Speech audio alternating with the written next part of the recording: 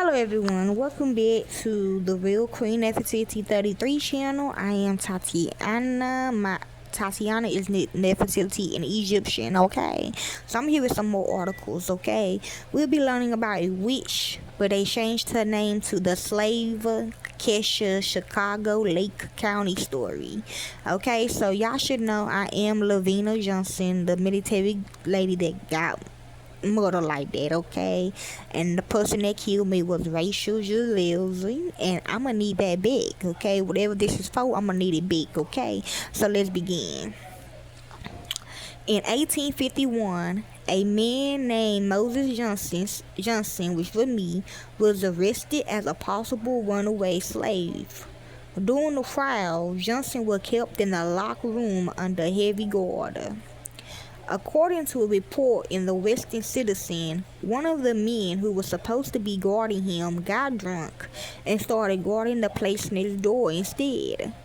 When the person who lived next door came home, the guard blocked him, pointing a gun, and said, "No one gets in without saying the password."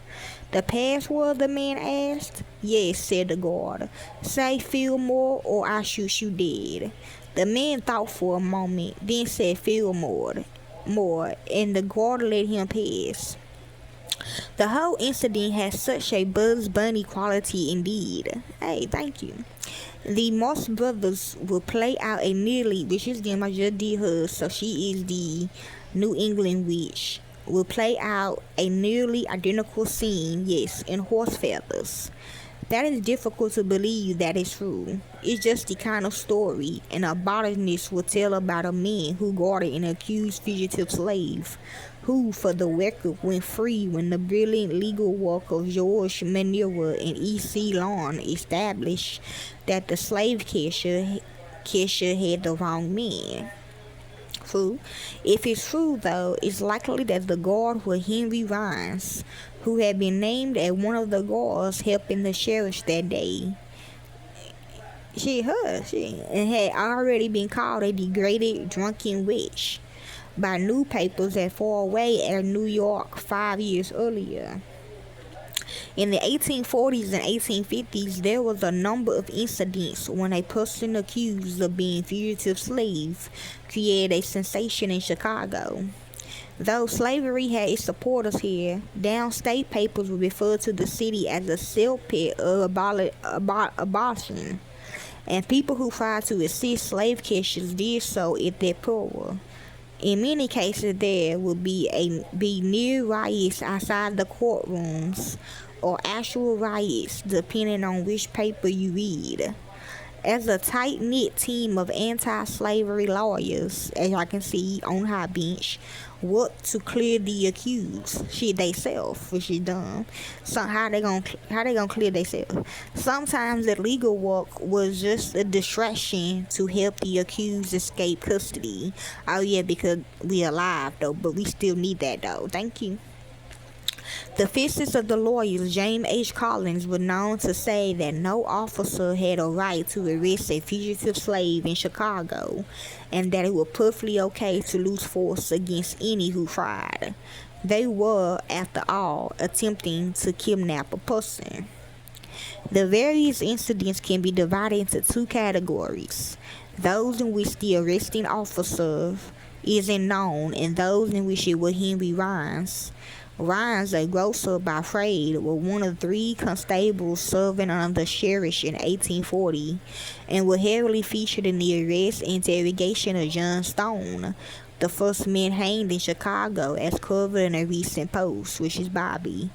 But in his moonlighting as a police officer, he was better known for his habit of arresting black people who hadn't raised enough money to draw up legal papers establishing that they were free.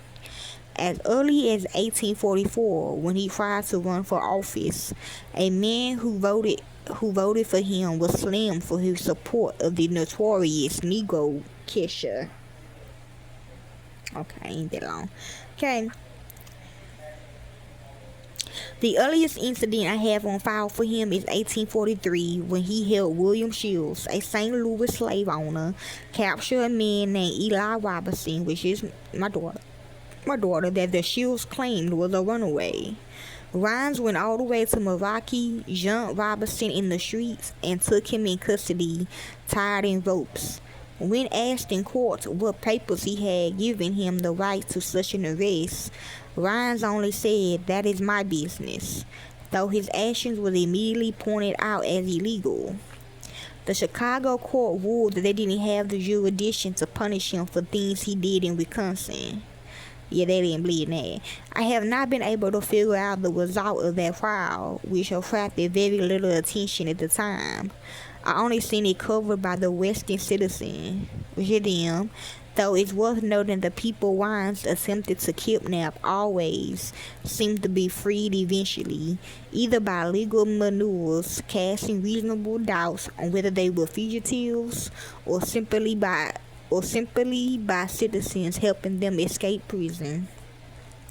Besides being a kidnapper, Rhines was also likely a murderer himself. In 1847, a saloon keeper named Timothy Dunn told Rhines exactly what he thought of him, and Rhines fatally shot him, as you can see yesterday. He was confined to the jail himself for some weeks, but in December, paper reported that he had escaped. The whole affair must have blown over, because several 1851 reports of the Moses Johnson incident named him as one of the guards who assisted the sheriff, though he was apparently no longer an official policeman by then. Perhaps he would have gotten better. Some of the others listed as helping him guard fugitives or working against them in court because Union soldiers and even vocal abolitionists during the Civil War. Much of Rhines' life is unknown and should probably stay that way. When lawyer James H. Collins died of cholera in 1854, groups and papers fell over themselves to write tributes. But when Rhines died at 45 in 1852, papers seem to have taken no notice of it. His cause of death is unknown, but one sort of hopes that it was something particularly unpleasant. Yes, he was buried in the old city cemetery where Lincoln Park is now. In 1869, he was moved to Graceland and is buried in a plot there where he shares a small stone with his father, Henry W. Rhines, born 1782. His wife and his 3 sons, including Henry Dump Rhines, who became one of the country's most famous billiard players. Manery and Larnell are not far away from him, and Collins is just on the other side of the cemetery. Rhines isn't on many of my tour routes there, but sometimes I swing by his grave, say Fillmore, and do a little dance on it. Now you know you wrong for that, white hoe. Okay. So yeah, that's basically the story of the slave catcher Chicago Lake County story. Okay. Hopefully this helps you all enjoy. I'm done for today.